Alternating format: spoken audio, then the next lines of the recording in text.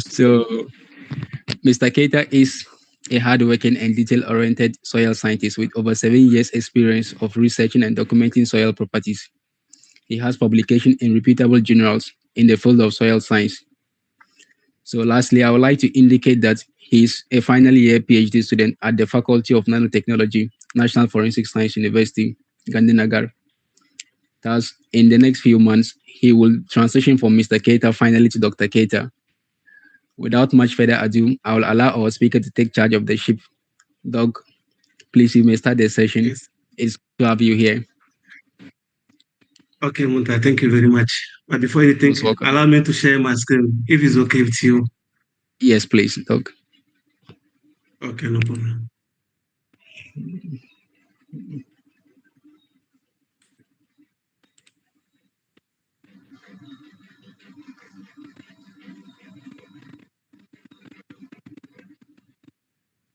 Yeah, I don't know if my screen is visible. Over to you. Yes, yes, please. Yes, visible. Okay. Thank you very much, Munta. Thank you. As you said, good morning, good afternoon, good evening, depending of your geographical position. I must say, my name is Keita Djibril Sekou. I'm a PhD student at National Forensic Science University. My field of intervention is soil fertility management and soil contamination.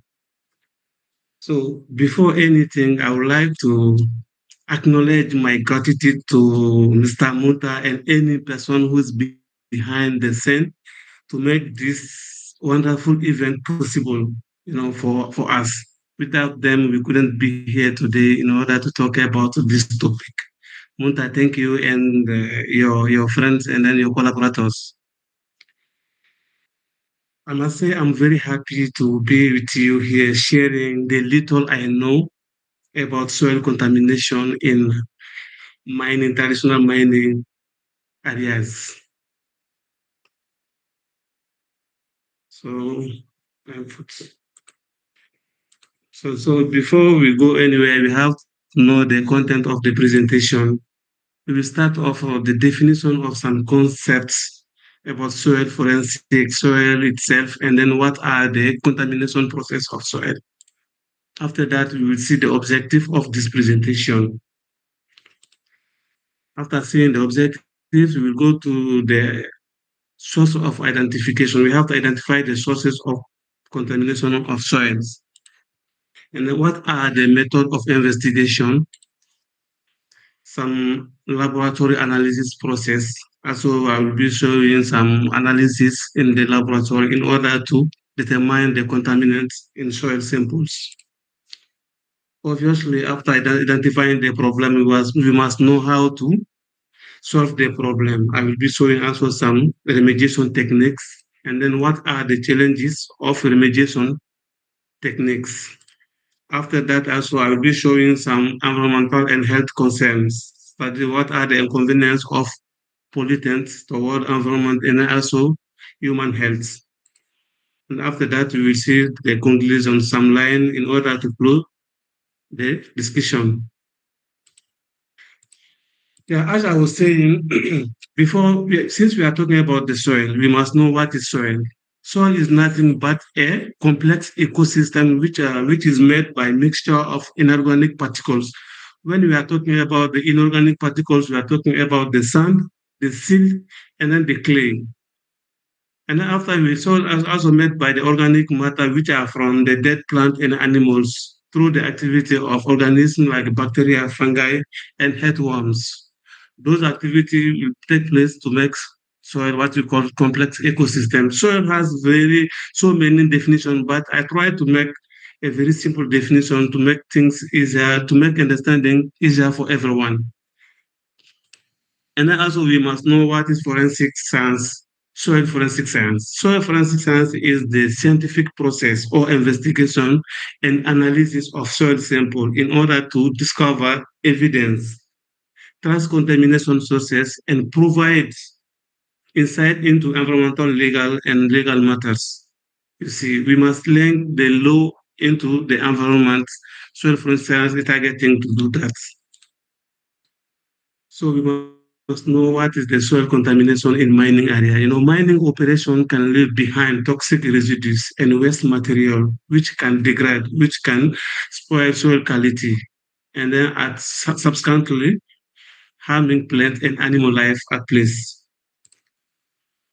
And then also, when we are talking about soil, obviously we have to talk about water sources. So, because we can never see soil without water sources, mining activity can also lead to the release of harmful chemicals and heavy metals in nearby water sources, which can contaminate our rivers and streams. As you know, we all know that when we are talking about soil, water, and also we have to talk about air pollution. So air pollution can provide also by mining activity from the dust and emission for mining machinery, and then also the processing can lead to air pollution affecting air quality in the region. Now we have to see the objective of this presentation. We have some main objective. As I said, we have to know where pollution is coming from. At first, before you know anything about soil contamination, fighting against soil contamination, you have to identify the solution sources, pollution sources. After that, you have to know the extent of pollution. It's like to know the gravity, the severity of the pollution, you must know the extent. After that, you have to know how to resolve the problem, obviously. So we'll be saying that. And also, we have to highlight some environmental and health concerns. And then we have to prevent future contamination or pollution. So, soil pollution identification, as I was saying, we have to know the importance of combating of soil contamination. To do that, we must be able to identify the pollution sources, which can help by contamination or protection of environment and the health issues. After that, also, we must know how to effectively clean up the soil. So knowing the extent of pollution can allow us for more targeting and efficient cleaning efforts, which can also reduce our environmental impact and also the cost relating to the cleaning process, because cleaning soil is very, very expensive. Without knowing exactly what is polluted, what is not polluted, you will be doing a huge work which can also demand a huge amount of money. So to reduce that, we have to opt for the effective cleaning process. So after that, also we have to talk about the health protection. Understanding the source of contamination and extent can help to safeguard, to help people, and then also whoever is living near the mining areas.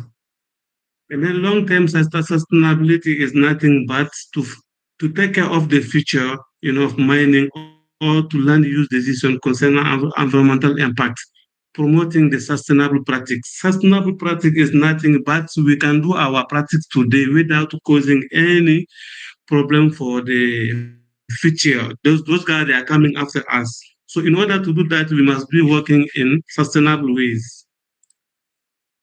And also we have to talk about the legal and regulatory compliance, because we cannot do soil forensic without talking about the regulation and law, which can help to meet legal requirements for environmental protection, which will force people to use the effective chemicals for mineral extraction. Because if you go to the mining areas, people, they are using all kind of chemicals in order to extract the mineral.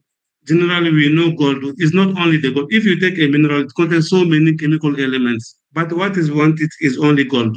So they are using other chemical in order to get gold. But after that, they will be living at place other elements which can be toxic at long time in soil. So we have to understand that is very important in terms of combating of soil contamination. After that, also we have to talk about the community trust. This is very important part of combating against soil pollution, because transparent investigation can make us to trust with the community and then also the decision maker by demonstrating a commitment to the well-being, because the people who are living at the place must know what is good for us, what is not good for us. Sometimes those are living in the mining area, they don't know the gravity or the consequences of these elements So we have to let them know what is good for them, what is not good for them, in order to help them to understand the risk linked to the soil contamination from these hazardous chemicals.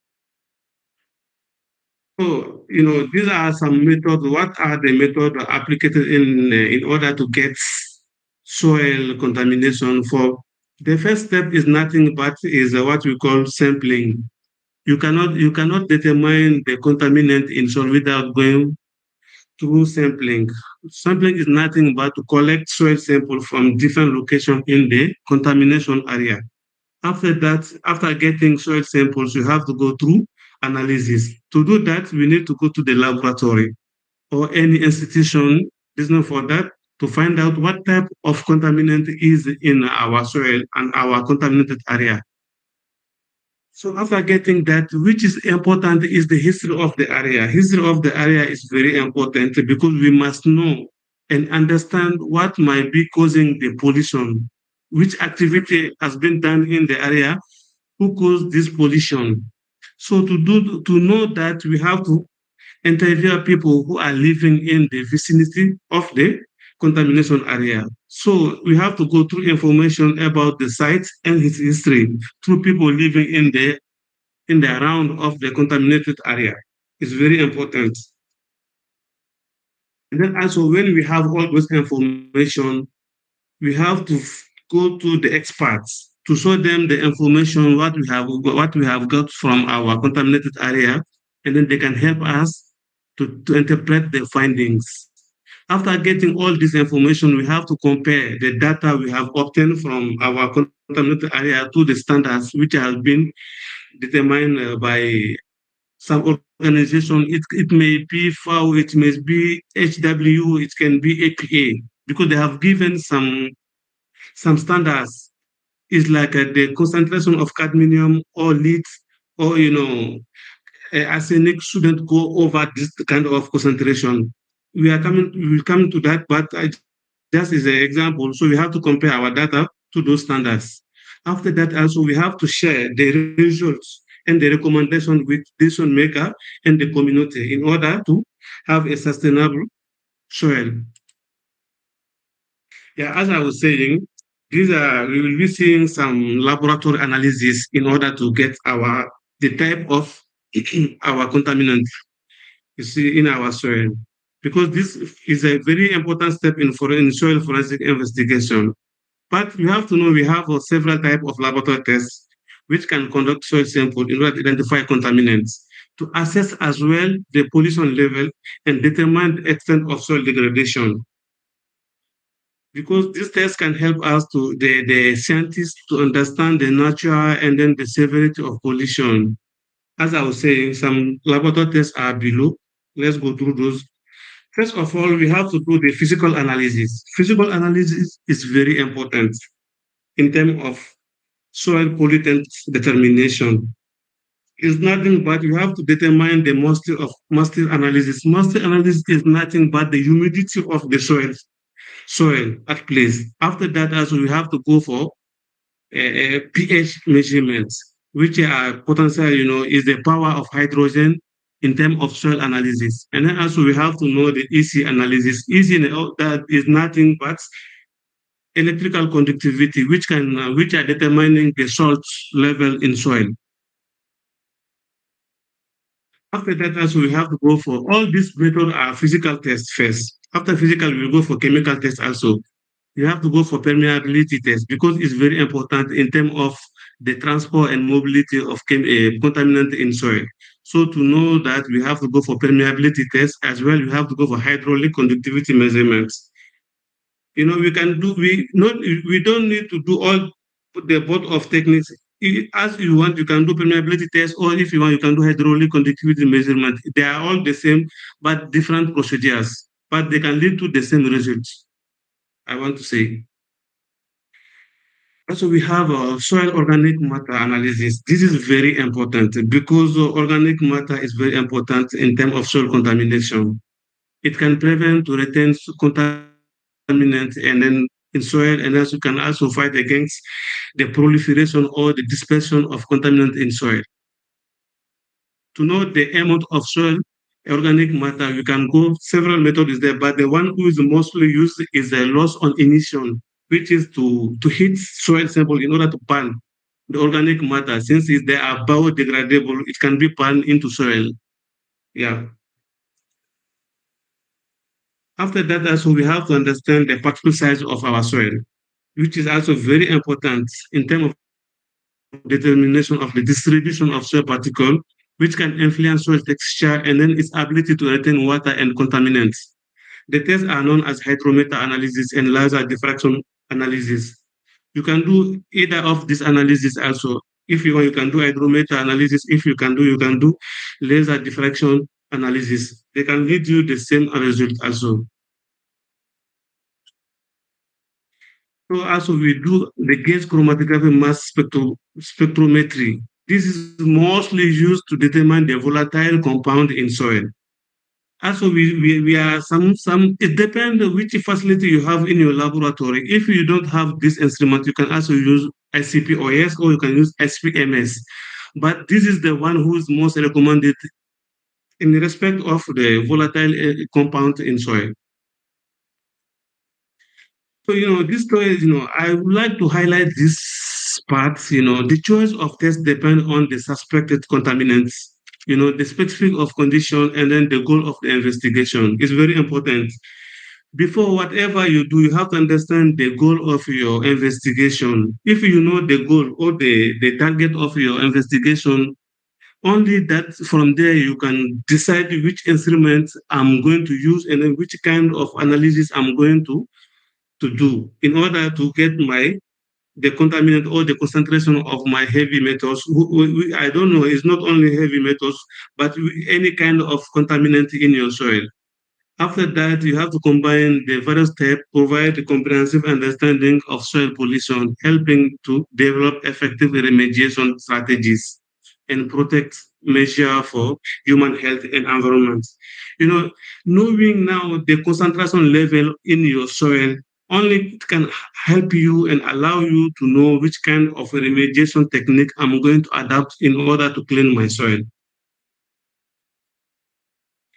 Now we have to attack the chemical analysis part. The chemical test analyze the composition of the soil. Chemical test is a very also important more than physical test, but all these analyses are mandatory in terms of determination of soil contaminants. Because without knowing the physical side, you cannot determine the chemical side. But chemical side is this that side we are looking for because we will be single out which element are contaminating our soil, which element is harmful to human health. To do that, we have to use ICP-MS, we have to use ICP-OS, or we can use WAS. WAS is nothing, is an atomic absorption spectroscopy. Now, ICP is nothing but is only electrically coupled plasma. MS is mass spectrometry. OES is optical emission spectroscopy. As you can see here, I was saying, in this is I was looking for heavy metals in the laboratory here. It's like heavy metals analysis. ICP MS OES is particularly effective. It's very important in terms of determination of the concentration of heavy metals. It can be lead, it can be mercury, it can be cadmium, arsenic. It depends. It can be any kind of heavy metals. So these elements they are the common soil and water contaminants, which can be caused by some anthropogenic operation or activities. In soil also we have some radioactive element. ICP can also be used to determine those kind of radioactive, uranium or thorium. It can depend of which radio active element you are targeting, but ICP can also be used to determine all those elements also. This instrument is very important in the respect of determination of the concentration of heavy metal in soil because you see it can simultaneously analyze a wide range of elements in single sample. This ICP is different from AAS because with atomic absorption spectroscopy, you have to go for single elements It's like you cannot determine the concentration, the content of arsenic and lead at the same time. But with ICP, you can determine all the elements in one sample at the same time, which make ICP MS or OES very powerful instrument in terms of soil contamination investigation. You see, also we are also using X-ray fluorescence spectroscopy. This instrument is very also is needed in terms of environmental science because with this instrument you don't need to do so many process in terms of sample preparation. What you have to do only to grind your soil sample into fine particle and then also you can analyze. And then this technique is very important since it's a non-destructive relative is a non-destructive method. Is also very is fast more than ICP, as you can see. But the problem is that it cannot go more than 17 or 18 sample at the same time. That's the issue only. It has a little bit limitation regarding to ICP, but it's also fast than ICP.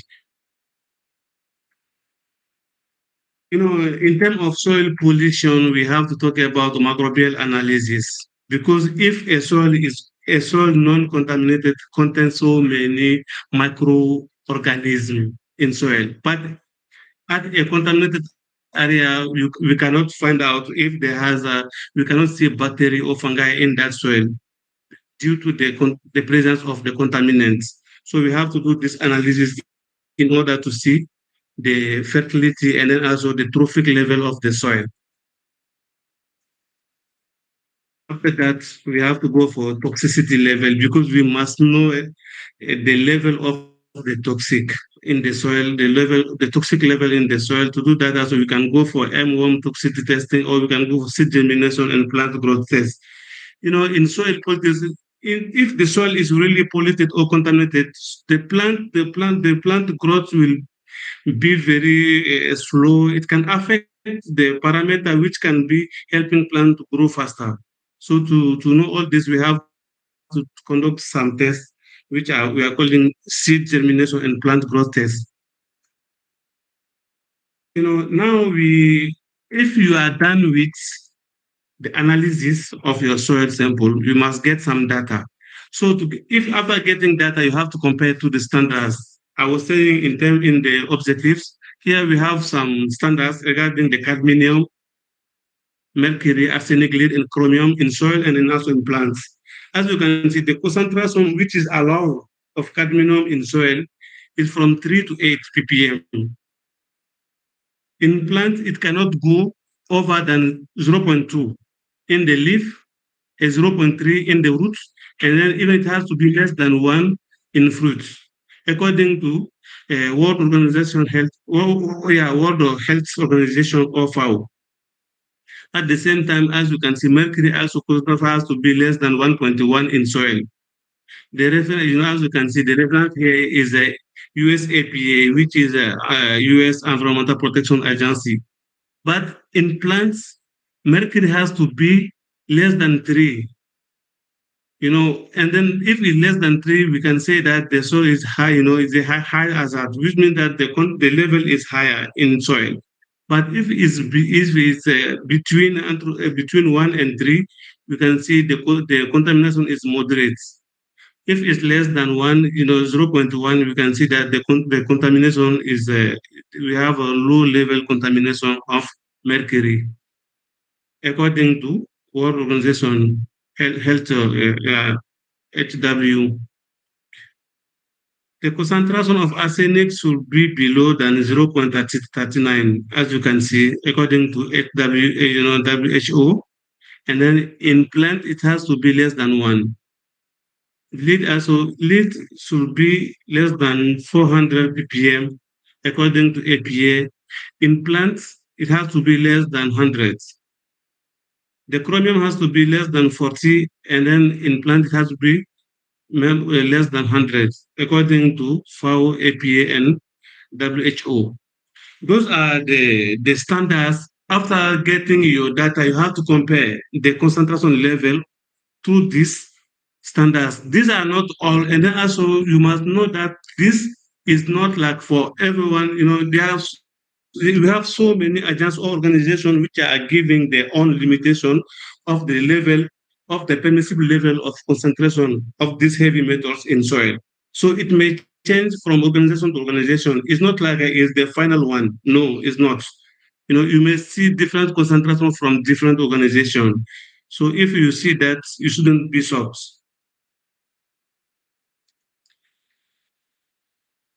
After getting the data, all this, so we must know now which kind of remediation technique we have to adapt because that's the objective. After getting the pollution level, you have to know how to avoid the problem. So we have the mitigation.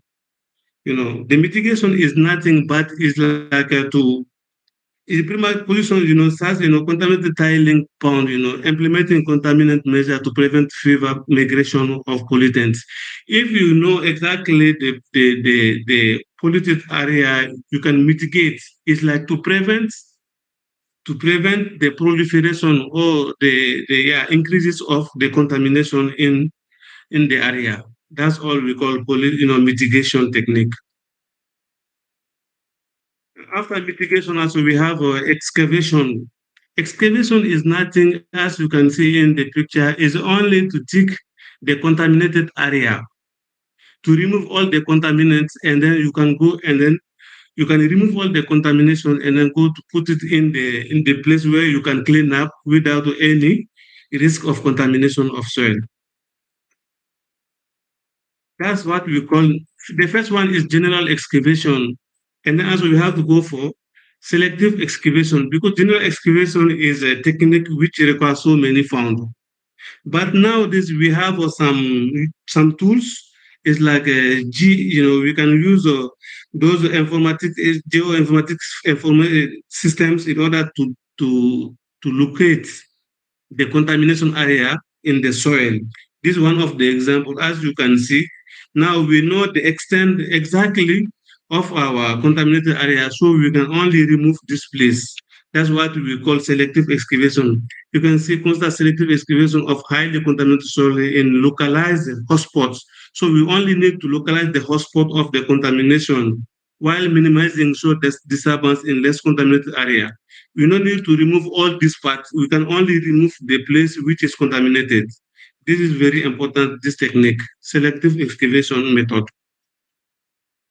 After, we have also soil stabilization. Soil stabilization is nothing but it's like to add organic matter or clay into the contaminant in order to stabilize the contaminant to be proliferated in the contamination area.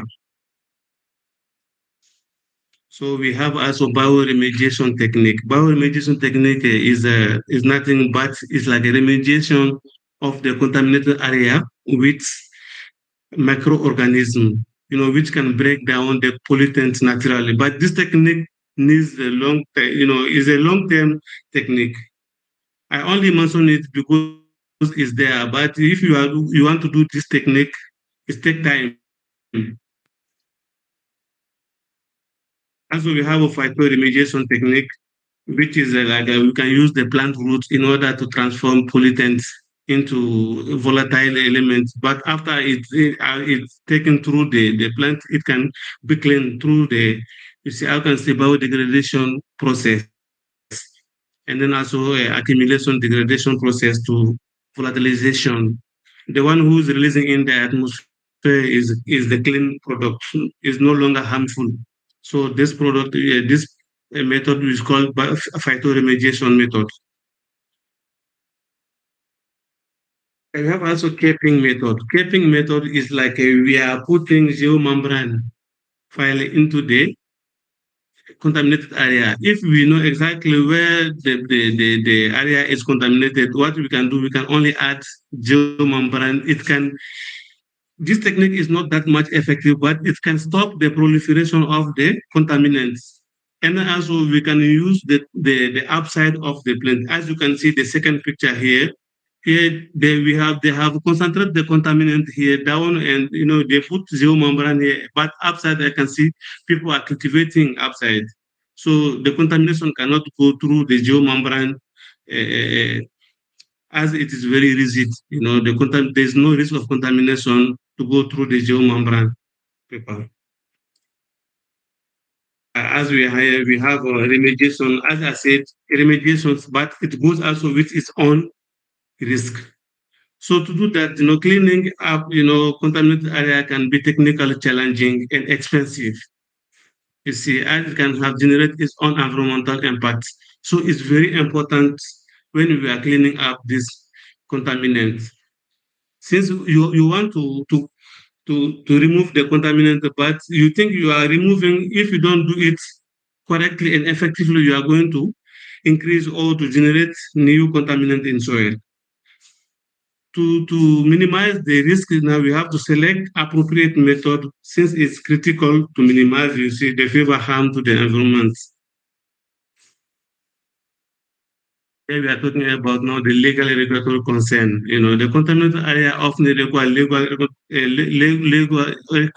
regulatory oversight and legal action to address responsibility for cleaning up.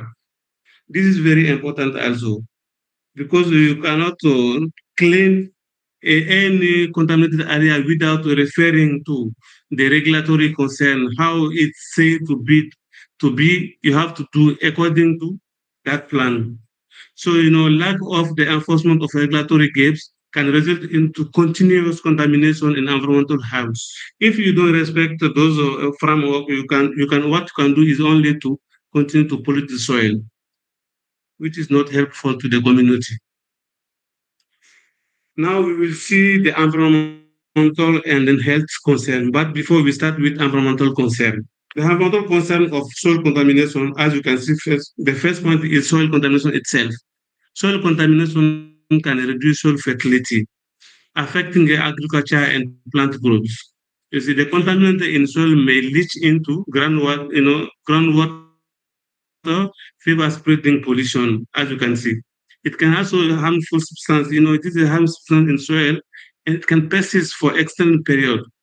This contaminant can stay in soil for very long period. The risk is huge.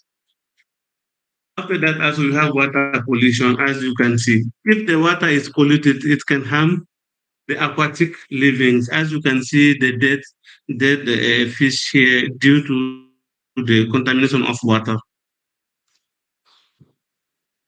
So we have also groundwater contamination. Groundwater contamination process, as you can see, we can see habitation on top of the water, but the contaminant can leak into the water, which can contaminate our source of water in the ground, in deep of soil. So it's not it doesn't mean that soil is there and then contaminant cannot penetrate. It can penetrate through with time. So you have to be careful. Now we have also the ecological impacts of the contamination of the soil. As you can see, contamination can disrupt natural habitat and harm, our animals, which can lead to the decline in native species. It can also be impacting also to decrease considerably the species of our microorganism. After also we have air pollution. This activity can also lead to the air pollution, which can generate the airborne pollutants, can lead to respiratory problem and other health issue to the nearby residents. Those are living to the air polluted area can have this kind of problem, respiration problem, lung problem, even health, mental problems. Now, those are the health concern to the soil contamination. As you can see, what it can do, it can cause respiratory issues. Airborne pollutant from mining can lead to respiratory problem in nearby residents and workers. They have, as you can see, the organ which can be affected are showing in the picture. You can see neurological problems, can see lung problem, as I was saying, can see problem in the kidney and cancer. You can see blood cancer, as you can see, bone, lead, and pulse. You can see stomach cancer. All this can be caused by heavy metals, and then it's not only heavy metals, but the toxicant in soil can problem waterborne disease, as you can see. We have also, the toxic methods are poisoning can also expose to this all this problem, as you can see, the vision problem, blindness, part of visual field, hallucination, as you can see, hearing problem. It can cause, math problem, and then central nervous issue, insomnia, loss of appetite, decreased libido, depreciation, it's so many, as you can see. And also lead to the health, mental health, to the people who are living around the contamination area. Yeah, now we cannot finish this presentation without seeing some guidelines in order to have a better future. As you can see, identifying solution problem, so forensic investigation can help us to find out the source of pollution, which can allow us for the effective remediation, which are focused on the approach which minimize the cost and accelerate cleanup, protecting environment. As you can see, the importance of environmental forensic science. And also, it can also prevent the future contamination, which can, and understanding how pollution occur, help to develop preventive measures and regulation to avoid future soil contamination, promoting long-term environmental protection. And then as we have talked about the health safeguard, by knowing the pollution, origins, it can, and the scientists can assess health risk, allowing them, to do investigations in short in order to protect the human health and prevent illness related to soil contamination. Also, we have to talk about legal accountability. The investigator has to establish legal accountability, which can make people responsible, and also to take, to accept the cost of cleaning and add it to environmental regulations. We have a community trust. This is very important because we can clean, we can remove all the contaminants today, but what about tomorrow? What about the cat which are coming? So we have to have the trust of the community. As you can see, the transparent investigation build trust between decision maker and then the affected community, fostering collaboration in remediation efforts and addressing community concerns. We have talked about also the resource efficiency. Soil forensic investigation guide efficiency resource allocation, preventing wasteful spending on unnecessary cleaning and optimizing environmental protection efforts. We have also ecosystem preservation, and we have sustainable practice. Sustainable practice is very important. We have to learn the, lesson learned from the investigation, encourage the adoption of sustainable practice and responsible resource management to protect the environment. We have also the adaptive management. Soil investigation provide a basis for adaptive management, allowing remediation strategy to involve response to changing conditions and new information. So in global, as you can see, soil forensic investigation play a pivotal role in survival of the environment. Soil forensic play a crucial role, very important in terms of protection of environment, in terms of protection for health care, even in terms of the protection of natural resources. By knowing all the contamination sources, this investigation inform effective remediation, prevent, measure, and legal accountability, contributing to cleaner and more sustainable world. Knowing all this technique can allow us how to live in a safe environment. Thank you very much. If there are any questions, I'll be happy to take them and then we can discuss together.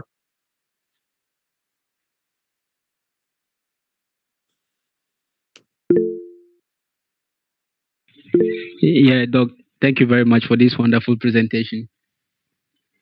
Okay, thank I'm you. sure we'll have some one or two queries that we are still waiting on, but I will start with my question first. And if anybody has a question, they can also add up. Doc, with Definitely. regards to the chemicals that are being used in these mining areas, which we all know that they are very toxic or harmful to the environment and ourselves, do we have any form of Okay. like alternative chemicals or substances that the miners could use instead of these harmful chemicals? Are there alternatives? Yeah, yeah. Munta, first of all, thank you for this question. It's a very important question, you see, because, even talking about mining, we are talking about the utilization of chemicals. There are chemicals, but all the chemicals are toxic, you see. But alternative is nothing but we have to know how to use them, what we call effective use of chemicals. And then also after using them, we have to put them in the place where it cannot be escaped to get the environment, you see. Because if you see the mining area, what we are using to extract gold from the mineral, we can call them like mercury, we can call them like cyanide. So all those chemicals, they are toxic. But if you use them effectively, you can prevent the escaping and the releasing into the environment. Since the mining place is already considered as a contaminated area, that's why after all the operation and the mining activity, we have to do what we call remediation according to the government regulations. So actually, we don't have any alternative chemical we can be using without any side effects.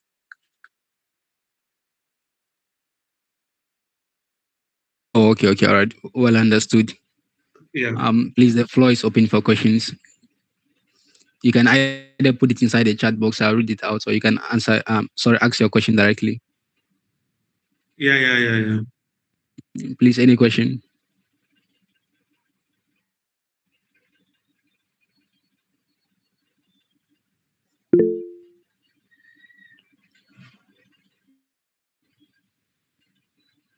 Okay, it seems there are no questions. Okay, okay, Ezra, Mr. Eric, please, you can ask your question. Yes, thank you very Hello, much, Eric. Doc, for your. Yeah, hello. Can you hear me? Yes, Eric. Yes, Yeah, I thank can you hear for. you. Yeah, thank you for your presentation. Though I joined late, but I was able to pick Okay, one or two things. So, Doc, I want to okay, find out the role of soil mineralogy in heavy okay, metal pollution and then remediation. okay, Yes. okay. Okay, let's go for, as you say, the role of soil and heavy metal minerals. Heavy metals, they are only the chemical elements which are from the soil minerals. As you see, if you take one mineral from soil, it contains different chemical elements. You see, so in the mining activity, what we are only looking is the benefic minerals. If I'm talking about that, I'm talking about gold, can be iron. It maybe let's say only the targeting elements, but the other elements they are left in place because they are not target. They are not the one people are looking for. So if you only take the element you are looking for and then leave the remaining one in the soil, and then as you didn't plan any purification method or remediation after that, at long it can turn into the pollutants. You understand? Yeah, thank you. Thank you. Yeah. And then what was the second question, please? Oh, that's all. That's all. Okay. Mm. I'm grateful. Thank you very much. Doc, we have a question in the chat box. Let me just read it Okay. out. Let me. Okay. Okay, you can see. Um, Please, I want to Yeah, I can know what see. is the ideal way, to dispose a waste that is hardly to be disposed. For example, agarose gel used in electrophoresis. So this person wants to um, know how we can dispose stuffs like agarose gel using gel electrophoresis. Okay. Electrophoresis. Okay, no problem. I can see name. That's Benkers who has this word, Benjamin Adam. Yeah. Okay, but honestly, this element is my first time to see. But if it is a pollutant, and then also we are using in a place where people are living, we have to take care of because any contaminant element has, have to be taken care of. since it can cause, health issue or contamination issue in at least, it need to be deal with precaution and then also safety precaution also. I don't know exactly what it mean by agarose gels because I don't know what is it in terms of soil contamination. But if it's Okay, a I think he wants to say contaminant also, something. we have Ben, to can you take care of. provide the background? Yeah.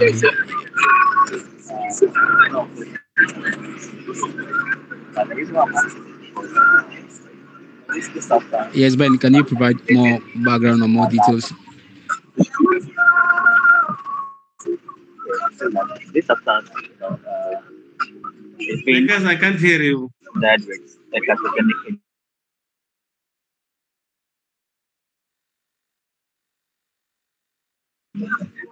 it has been Hello. calculated in the last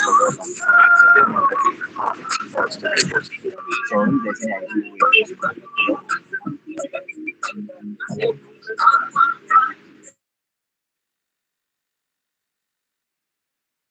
Okay, Doc, I think Ben is not that audible. Yeah, so let me see if I can provide Yeah, more background. myself. Yeah, I Okay, think okay, please go the ahead. angle he wants to come from is that he's trying to come from the angle of, let's say, biological hazards. Let's say this kind of biological Okay, hazards, for okay. example, how can you dispose them in the environment? Let's say you go to the hospital or you go to a biology lab or a biological or biotechnology lab. Okay, Some of these that they come out from okay. biological hazards. How can we dispose them of Okay, safely? okay. Now I get the point now. This method, this is a, also I can say is a very important question. As you said, nowadays they are adopting some techniques which call them, the dipping techniques. All these hazards material we are using in the hospital, we have the containers putting into the soil, but is the rigid containers you can put them, and then we have some chemicals also we are adding them in order to destroy them or to transform them from the hazardous element, the biodegradable materials. You see, so that's why the only the way to dispose them, to put them where we can transform them in order to recycle them or to reuse them. And then we have also technique for that. Also, one thing is dipping. In order, you have to dig soil and then put a container, and then you put this material inside, and then you add some chemical in order to transform them or to degrade them. I think I that is don't well know if understood. you're okay. Um, Yeah. yeah, I get you on that. But Gloriana wants to ask a question. Please, you can. Okay, Gloriana, how are you? I'm for you. I'm fine too. Long time. It's been long. It's Yeah. been long. I wanted to ask something. Okay, you see, like when people are having fuel garages, they put they dig and put containers underground. Okay. Yeah.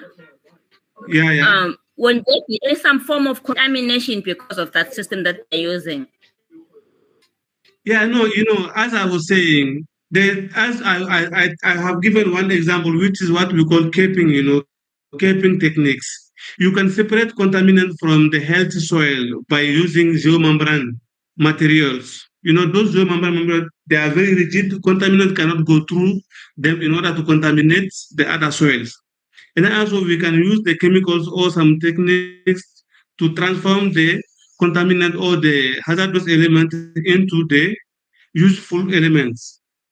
You see, so if they are in good place, we can transform them to remove all the hazard composition in order we can reuse them.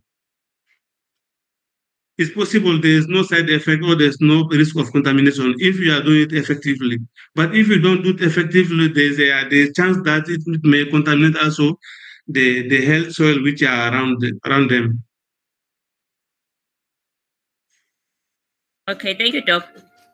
Yeah, thank you.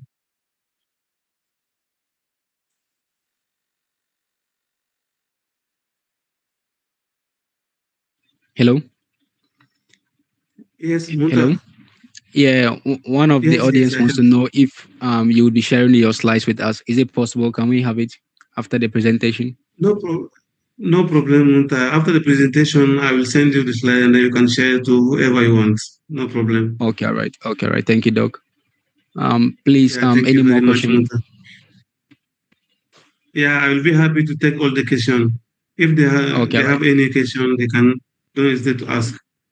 Yes, and his email is inside the presentation or the PPT you'll be receiving, so you can ask him any question you have, maybe from here forth. Yeah. Effectively, yeah. Munta, you can share also my email to them or my number to them. They can ask even after the presentation. They can ask any question they want to ask, so no problem. I will be happy to Okay. answer them. Yeah. Okay, all right. Okay, all right. Okay. Right. So I think we would Okay, end the Munta. lesson or the lecture here. So thank you very much, Doc, for this wonderful presentation. And thank you for honoring Okay, the Munta. invitation within a short notice. I'm really glad to have you, and I hope that we can have you in future to talk more on this topic or any other topic within your field. No Thank you problem, so much, Munta. Doc. No problem. Okay, thank you very much. Thank you. Okay, all right. Thank The you to audience too. all Thank you very much for the participants.